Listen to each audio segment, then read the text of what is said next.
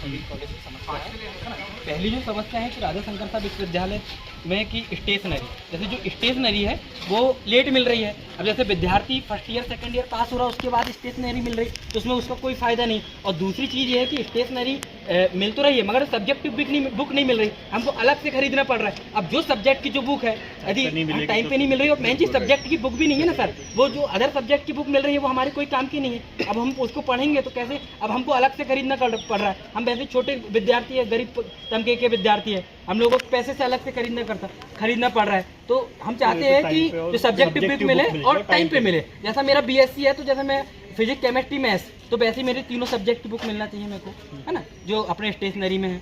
और वैसे ही सभी सब्जेक्ट की बुक मिलना चाहिए, पहली ये मांग है। और दूसरी ये मांग है कि जो राजा शंकर साहब विश्वविद्यालय के सामने जो प्रांगण है, गोंडवाना के जो महान राजा है, स्वतंत्र सेनानी राजा शंकर शाह जी की विशाल प्रतिमा हो, जो कि अभी तक प्रतिमा नहीं लगी है। तो हम चाहते हैं कि जल्द से जल्द हो प्रतिमा उनकी होना चाहिए।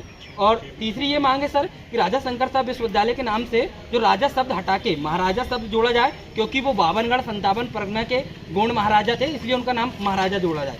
और चौथी जो मांग है सर कि विगत कई वर्षों से जो छात्र संघ चुनाव बंद है वह पुनः प्रारंभ हो, क्योंकि राजनीतिक जन चेतना का विकास हो। और पांचवी जो मांग है, राजा शंकर साहब विश्वविद्यालय से जुड़े समस्त कॉलेज में खेल कूद की सामग्री उपलब्ध नहीं है, और उपलब्ध भी है तो वो जो विद्यार्थी तक है वो नहीं पहुंचा पा रहा है। तो इससे हमारा जो विद्यार्थी है आगे राज्य स्तर तक या फिर राष्ट्रीय स्तर तक नहीं पहुंच पा रहा है, तो ये समस्याएं जा रही है। और छठवां जो मांग है सर कि राजा शंकर साहब विश्वविद्यालय छिंदवाड़ा से जुड़े जो सहायता टोल लाइन है, तो वो कोई टोल अपन जो फोन कर रहे हैं तो वो कोई प्रतिक्रिया नहीं मिल रही, जिससे अन्य जिलों के जो विश्वविद्यालय